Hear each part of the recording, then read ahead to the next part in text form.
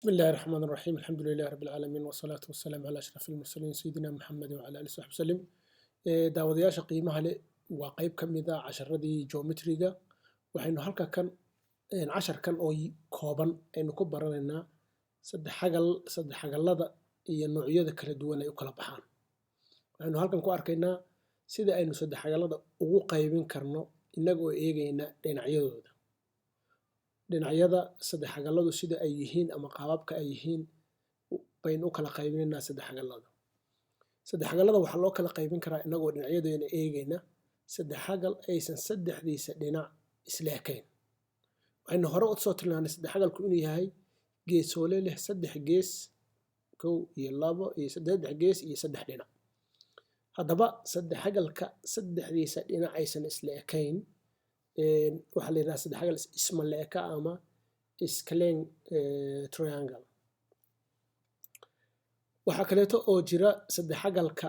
ay leh laba dhinac oo isla eg saddex xagalkan oo leh laba dhinac oo isla eg iyo dhinac ka duwan waxaa la yidhahdaa saddex xagal labaale ah macnaheedu waa maxay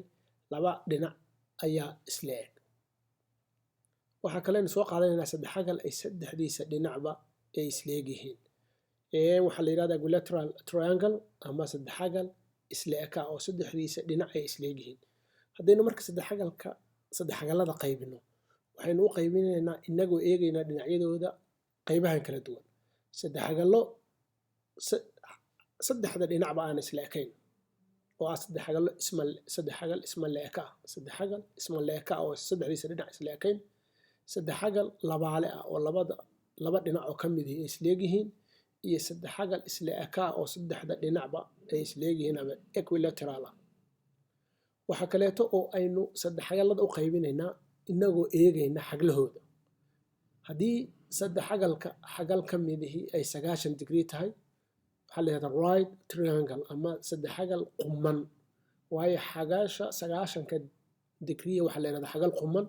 maadaama uu xagal quman leeyahay waxaa la yidhahdaa saddex xagal quman oo wuxuu leeyahay xagal 90 degree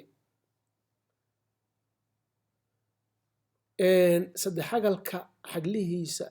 oo dhami ay ka yihiin 90 sida kan oo kale acute triangle la yidhaahdo oo dhammaan saddexda xagalood uu leeyahayba ay ka yar yihiin 90 waxaa la yidhahdaa acute angle ama saddex xagal ay xaglihiisu ka yar yihiin maxaa la yidhahdaa saddex xagal leh xagal fiiqan ama saddex xagal fiiqan oo xaglihiisu ay ka yar yihiin haddaan ku celiyo waa saddex xagal xaglihiisoo dhami ay 90 ka yar yihiin waxaa la yidhahdaa saddex xagal fiiqan leh xagal fiiqan acute angle ama xagasha 90 degree ka yar waxaa afka Soomaaliga loo yidhahdaa xagal fiiqan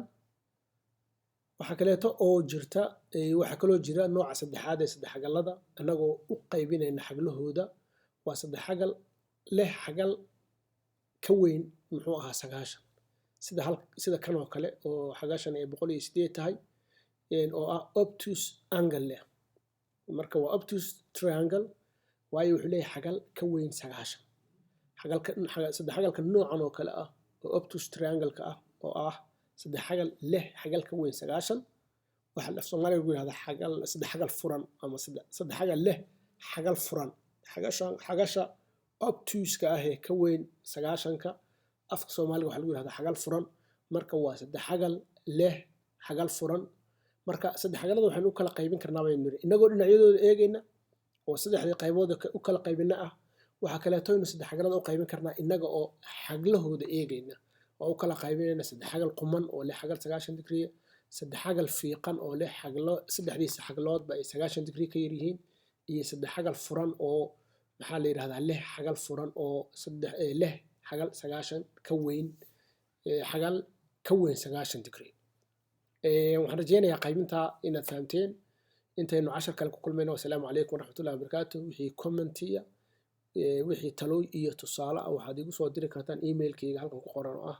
shafii2@hotmail.com asalaamu calaykum waraxmatullahi wabarakaatu